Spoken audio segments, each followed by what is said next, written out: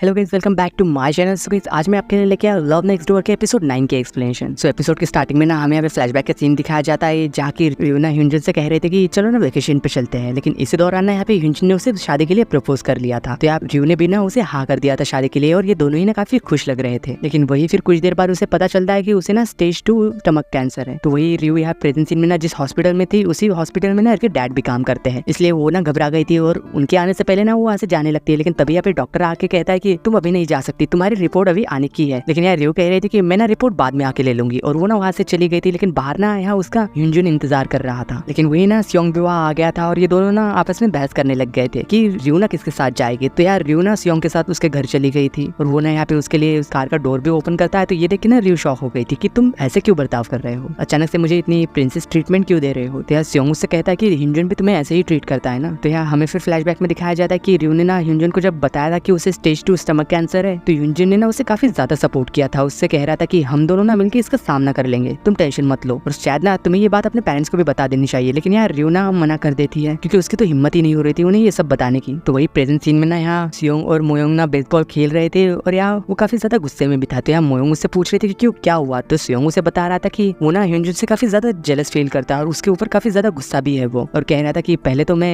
ह्यू के पास के बारे में नहीं जानना चाहता था, लेकिन अब ना मैं उसके बारे में सब जानना चाहता हूँ कि उनके बीच में हुआ क्या था, उन दोनों ने एंगेजमेंट क्यों तोड़ी थी। तो यहाँ मोयोंग कह रही थी कि यार कोई बात नहीं, तुम्हें तो बस ऐसे ही फाइट करते रहना है, जल्दी ना सब कुछ ठीक हो जाएगा। और कह रही थी कि क्या तुम्हारी हार्ट बीट फास्ट होती है जब भी तुम ह्यू के करीब होते हो। तो यहाँ वो कह रहा था कि हाँ। तो यहाँ मोयोंग के भी ना असल में हार्ट बीट फास्ट हो जाती है जब भी वो ना दोहा के करीब जाती है, इसलिए ना वो यहाँ पे सियोंग से पूछ रही थी कि उसके साथ क्या होता है। और वही इधर यहाँ पे नेक्स्ट डे दिखाया जाता है कि यार ह्यू को ना काफी सारी मेडिसिन खानी पड़ती है और वो जब कुकिंग क्लास के लिए जा रही थी तो सुबह यहाँ पे ना उसके घर में उससे कोई भी बात भी नहीं करता। लेकिन फिर भी यहाँ पे उसकी मॉम तो कह रही थी कि तुम कुकिंग करो, हमें ना इससे कोई प्रॉब्लम नहीं है, लेकिन साथ ही में ना तुम्हें जॉब भी करनी होगी और जल्दी से मैरिज करके सेटल भी हो जाओ। लेकिन यार ह्यू कह रही थी कि कुकिंग नहीं मेरा फ्यूचर है और कुकिंग ही मेरी जॉब है। ये सब कह के ना वो तो वहाँ से गुस्से में चली गई थी। और वो ना फिर यहाँ घर से बाहर आने के बाद सियोंग को देखती है जो कि उसी का वेट कर रहा था। तो यहाँ सियोंग ना फिर उसे बाहर ब्रेकफास्ट करने के लिए लेके जाता है। यहाँ पे बाहर ना वो दोनों खाना खा रहे थे, लेकिन खाना खाने के बाद ना ह्यू यहाँ बाथरूम में जाके वॉमिटिंग करने लगती है क्योंकि स्टमक कैंसर की वजह से ना ह्यू ज्यादा खाना नहीं खा सकती थी और ना ही ज्यादा तीखा खाना। तो वही जब हमें ह्यू के भाई को जिम में दिखाया जाता है जिससे कि ना एक स्पॉन्सर का मैसेज आता है जो कि यहाँ पे उसे ना स्पॉन्सरशिप के लिए पैसे देना चाहते थे। तो ये देख के ना वो तो काफी ज्यादा खुश हो गया था और कह रहा था कि देखो अब ना मैं ह्यू को गलत साबित करके ही रहूंगा कि मैं भी ना पैसे कमा सकता हूँ, वो भी घर बैठे। तो वही इधर जब हमें की मॉम को दिखाया जाता है, उन्हें ना कुछ टूटने की जोरदार आवाज आती है। तो वो जाके देखती है कि यहाँ पे वॉशिंग मशीन ना टूट गई थी, उसके कांच नीचे बिखर गए थे। तो वो यहाँ पे उसे देखने के लिए जाने ही वाली थी कि यार ह्यू के डैड वहाँ आके ना उसे उठा लेते और कह रहे थे कि वहाँ कांच गिरा है इसलिए मत जाओ। लेकिन वो जब अपना यहाँ पे उस कांच की सफाई कर रहे थे तो उन्हें ना पैर में कट लग गया था। तो यहाँ पे फिर की मॉम ने ना उनका बैंडेज कर दिया था दवाई लगा के। और साथ ही में ना बाद में ये दोनों खाना भी खाते हैं और साथ ही में अपने पुराने दिनों को याद करके खुश भी हो रहे थे। और वही इधर यहाँ पे सियोंग ना ह्यू को काफी सारी मेडिसिन दे देता है और उसे ना कुकिंग क्लास छोड़ने गया था। और बाद में ना वो ऑफिस भी आ जाता है जहाँ की वो देखता है कि उसका कलीग ना उस दूध के पैकेट को पीने ही वाला था कि वो ना जाके उससे वो छीन लेता है और कह रहा था कि इस प्रोडक्ट पे ना मेरी लाइफ डिपेंड है, इसलिए इसे प्लीज मत पीना। तो यार उसका कलीग तो परेशान हो गया था और उससे कह रहा था कि तुमने कहा था कि हमारा कंपनी का फ्यूचर ना इस प्लांट पे डिपेंड है, लेकिन ये प्लांट तो सूख गया है, अब हम क्या करेंगे। तो यार सियोंग ना उस प्लांट को एक प्लांट एक्सपर्ट के पास लेके गया था और उनसे कह रहा था कि प्लीज आप इस पौधे को ना जल्दी ही ठीक कर दीजिए। और उनसे पूछ भी रहा था कि आप मुझे बताइए कि मैं इस प्लांट का अच्छे से ध्यान कैसे रख पाऊँ। तो वही इधर यहाँ पे ह्यू ना जब अपनी कुकिंग क्लास खत्म करके वापस जा रही थी तो उसे बाहर ना यहाँ पे फिर से ह्यूंजन मिल गया था। वो यहाँ पे एक पार्क में जाके ना बात करते हैं और साथ ही में ना वो उसे एक एनवेलप भी देता है जिसके अंदर की लॉस एंजलिस के कुकिंग स्कूल की ना डिटेल्स थी। और उससे कह रहा था कि अगर तुम ना वापस से स्टार्ट करना चाहोगी तो मैं ना तुम्हें अपना पूरा सपोर्ट दूंगा। और कह रहा था कि एनवेलप के अंदर ना एक और चीज है। तो ह्यू यहाँ पे जब देखती है तो उसके अंदर ना एक एंगेजमेंट रिंग थी। यहाँ वो कह रहा था कि जैसे तुमने अपनी नई लाइफ की शुरुआत की अपना ड्रीम ढूंढ के, वैसे ही ना हमें भी अपनी एक नई शुरुआत करनी चाहिए और मैं ना तुम्हारे साथ वापस आना चाहता हूँ। तो यार ह्यू ना उस रिंग को पहन लेती है और उसे देख रही थी। और वही यहाँ पे रात में जब सियोंग ना घर जा रहा था तो उसे बाहर ना ह्यू मिल गई थी। तो वो जाके ना एक पार्क में बैठ के आइसक्रीम खा रहे थे और साथ ही में ना यहाँ पे ह्यू उसे बता ही देती है कि ह्यूंजन ने ना उसे प्रपोज किया है। लेकिन यही बात सुन के ना यहाँ पे सियोंग तो गुस्सा हो गया था और उससे कह रहा था कि तुम्हें पता है ना कि मैं तुम्हारे बारे में क्या फील करता हूँ। तो यार ह्यू कह रहे थे कि हाँ, लेकिन ये बस ना एक अट्रैक्शन है, तुम बस मेरे एक अच्छे दोस्त हो। तो यार सियोंग कह रहा था कि तुम्हें नहीं पता मेरी फीलिंग्स के बारे में, और वो जो प्रोडक्ट हमने स्टोर से लाया था उसकी एक्सपायरी डेट ना अभी भी बाकी है, इसलिए मैं इंतजार करूंगा। और कह रहा था कि तुम मेरी फीलिंग्स को ऐसे हर्ट नहीं कर सकती, भले तुम मुझसे प्यार करो या ना करो, क्योंकि शायद ना ह्यू ने उससे कहा था कि उसकी फीलिंग्स ना बस एक अट्रैक्शन है, एक दोस्त के जैसे है, क्योंकि वो हमेशा ही ना साथ में रहते थे। लेकिन वही यहाँ पे ये बात सुन के ना सियोंग गुस्सा होकर वहाँ से चला गया था। और वही इधर जब हम यहाँ पे दूसरे दिन मोयोंग को दिखाया जाता है जो कि दोहा का आर्टिकल देख के ना पेपर में काफी ज्यादा खुश हो रही थी। लेकिन कुछ देर बाद ना यहाँ पे दोहार बुला लेता है और वो ना असल में यहाँ पे खाना लेकर आया था काफी सारा उसके पूरी टीम को थैंक्स कहने के लिए। लेकिन वही यहाँ पे मोयोंग ना उसे फिर से उसी मड फ्लैग वाले टी शर्ट में देख के ना काफी ज्यादा नर्वस हो रही थी और कह रही थी कि तुम ना ये टी शर्ट मत पहना करो, और तुम्हारे पास क्या कोई दूसरा और टी शर्ट नहीं है? अगर नहीं है तो मैं तुम्हें खरीद दूंगी, लेकिन प्लीज ये मत पहना करो। ये सब कह के ना वो वहाँ से चली गई थी। और वही जब यहाँ सियोंग ना कंस्ट्रक्शन साइट पे जाता है तो यहाँ पे उसका दोस्त ना काफी ज्यादा परेशान लग रहा था और उसे बता रहा था कि डिस्ट्रिक्ट ऑफिस ने ना कंस्ट्रक्शन रोक दिया है क्योंकि एक रेसिडेंशियल ना हमारी कंप्लेंट कर दी है कि हमारी बिल्डिंग की वजह से उनकी यहाँ पे सनलाइट ही नहीं आ रही। तो यहाँ सियोंग तो समझ गया था कि वो आदमी ना ये सब जरूर पैसों के लिए कर रहा होगा। और वही यहाँ पे एक एम्प्लॉय उसे बता रहा था कि हमने ना सबसे कंसेंट फॉर्म पे साइन लिया था, इसलिए हमें डरने की ना कोई जरूरत नहीं। ये बात सुन के ना सब लोग तो खुश हो रहे थे। लेकिन वही जब दोहा को दिखाया जाता है, यहाँ वो ना मोयोंग के साथ अपनी फोटो आर्टिकल में देख के ना काफी ज्यादा खुश हो रहा था। और वही यहाँ पे उसकी मैनेजर समझ गई थी कि दोहा ना उस पैरामेडिक के साथ इसलिए काम कर रहा था क्योंकि शायद ना वो उसे पसंद करता है। तो वही जब हम यहाँ पे मोयोंग और रियो को साथ में दिखाया जाता है, यहाँ मोयोंग ना दोहा के आर्टिकल की काफी ज्यादा तारीफ कर रही थी, इतना कि वो उसके बारे में बात करते हुए थकी नहीं रही थी। तो रियो उससे कह रहे थे कि क्या हुआ, तुम आजकल उसके कुछ ज्यादा ही तारीफ कर रहे हो, कहीं तुम्हारे बीच कुछ चल तो नहीं रहा ना? तो ये बात सुन के ना मोयोंग तो जल्दी ही टॉपिक चेंज कर देती है। और वही यहाँ पे सियोंग ना जब काम की वजह से घर आ रहा था और काफी ज्यादा परेशान भी था, तो यार रियो की मॉम ना उसे बाहर मिल जाती है, तो वो ना उसे अपने घर खाने के लिए लेके चली गई थी। यार सियोंग ना उससे माफी मांग रहा था और कह रहा था कि मुझे माफ कर देना। लेकिन यार रियो की मॉम कह रही थी कि अरे इसमें तुम्हारी कोई भी गलती नहीं है, गलती तो रियो की है, उसने ना ये सबसे बात छुपाई, इसलिए तुम टेंशन मत लो और तुम अपना खाना खाओ। ये सब कह के ना वो वहाँ से चली गई थी। लेकिन कुछ देर बाद जब या फिर रियो वहाँ आती है ना, तो वो उसे देख के शॉक हो गई थी क्योंकि उसे तो पता ही नहीं था कि सियोंग यहाँ आया हुआ था। लेकिन वही यहाँ पे ये दोनों ना एक दूसरे को देख के तो काफी ज्यादा ऑकवर्ड हो गए थे। तो यार सियोंग उसे कह रहा था कि क्या तुम मुझे अवॉइड कर रही हो? तो यार रियो ना जाने ही वाली थी कि ये बात सुन के ना वापस आ जाती है और वो ना फ्रिज के पास जाके ना पानी पीने ही वाली थी कि वो ना उस मिल्क वाले डब्बे को देखती है। तो फिर ना ये देख के वो फिर सियोंग से कहती है कि तुम्हें ना वो एक्सपायरी वाला प्रोडक्ट फेंक देना चाहिए क्योंकि मैंने ना शायद तुम्हें अपना जवाब पहले ही दे दिया है। लेकिन यहाँ सियोंग तो कह रहा था कि तुम ना इस बारे में वापस से अच्छे से सोचना, पर फिर भी रियो कह रहे थे कि मेरा जवाब ना फाइनल है और हम सिर्फ दोस्त है और हमेशा दोस्ती रहेंगे एक अच्छे वाले। ये सब कह के ना वो तो वहाँ से चली गई थी। लेकिन ये बात सुनकर ना सियोंग का तो हार्ट ही ब्रेक हो गया था। लेकिन इसी बात की वजह से रियो को भी काफी ज्यादा बुरा लग रहा था। तो हमें फिर यहाँ पे फ्लैशबैक में दिखाया जाता है कि रियो के कैंसर ट्रीटमेंट के दौरान ना ह्यूनजिन ने उसे काफी ज्यादा सपोर्ट किया था और उसका कैंसर ट्रीटमेंट भी अच्छा चल रहा था और यहाँ पे रियो ना रिकवर भी हो रही थी अच्छे से। फिर कुछ समय बाद ना यहाँ पे रियो ना ठीक भी हो चुकी थी और उसने ना काफी सारे फ्यूचर प्लान भी बना लिए थे ह्यूनजिन के साथ मिलके। और वो ना जल्दी ही ऑफिस भी ज्वाइन करने वाली थी। लेकिन यहाँ पे ऑफिस में ना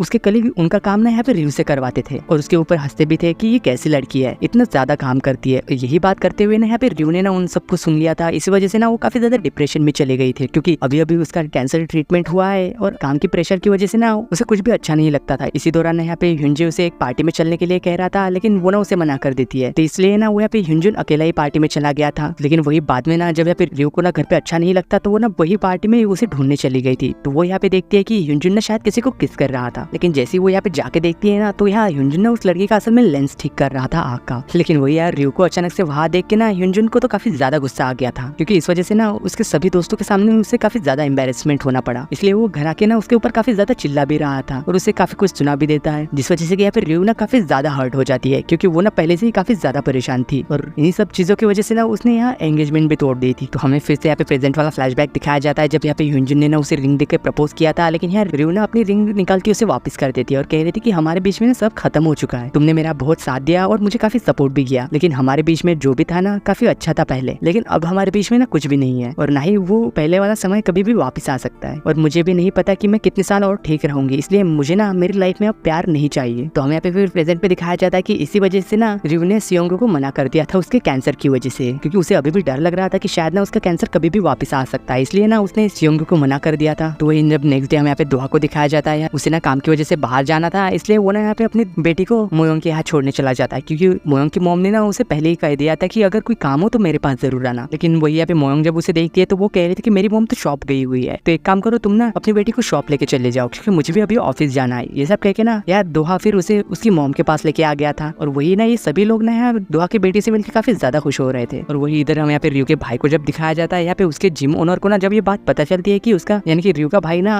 अंडररेटेड प्रोडक्ट को प्रमोट कर रहा है, इसलिए ना वो यहाँ पे उसे जिम से निकाल देता है, कह रहा था कि ये बिल्कुल भी ठीक नहीं है। और वही इधर यहाँ पे सियोंग ना ऑफिस में सब लोग को बता रहा था कि तुम टेंशन मत लो, वो प्रोजेक्ट वाली प्रॉब्लम ना जल्दी ही सॉल्व हो जाएंगी और वो ना उसे सॉल्व कर भी देते हैं। लेकिन स्ट्रेस की वजह से ना उसने अपनी तबियत पे जरा भी ध्यान नहीं दिया था, इसलिए ना वो यहाँ पे सबके सामने बेहोश हो जाता है और ये सब लोग ना उसके लिए काफी ज्यादा चिंता कर रहे थे। तो वही जब यहाँ पे उसकी आंख खुलती है ना, तो वो अपने घर में था उसके कमरे में। वो जैसे अपने आंखें खोलता है तो वो ना रियो को अपने पास बैठा हुआ देखता है और उससे कह रहा था कि ऐसा क्यों होता है कि जब भी मेरी तबियत खराब होती है ना तो तुम हमेशा ही मेरे पास होती हो। और बचपन में भी जब भी सियो की मॉम ऑफिस के काम की वजह से बाहर जाया करती थी तब रियो और उसकी फैमिली ही ना सियोंग का ध्यान रखा करती थी। और वही इधर जब दोहा को दिखाया जाता है जो कि उसकी बेटी को लेने ना मोयोंग के घर गया था, तो वो देखता है कि यहाँ पे मोयोंग ना उसकी बेटी को सोते हुए बड़ी ही प्यार से देख रही थी। और साथ ही में यहाँ पे मोयोंग कह रही थी काश की युंदू मेरी बेटी होती, पर क्या कर सकते हैं। ये सब कहने के बाद ना ये दोनों ही काफी ज्यादा ऑकवर्ड हो गए थे। वही यहाँ पे दोहा ना मोयोंग देखता है और उससे कह रहा था कि तुम ना बचपन में काफी क्यूट थी। और ये सब सुन के ना ये दोनों तो फिर से ऑकवर्ड हो गए थे। तभी यहाँ पे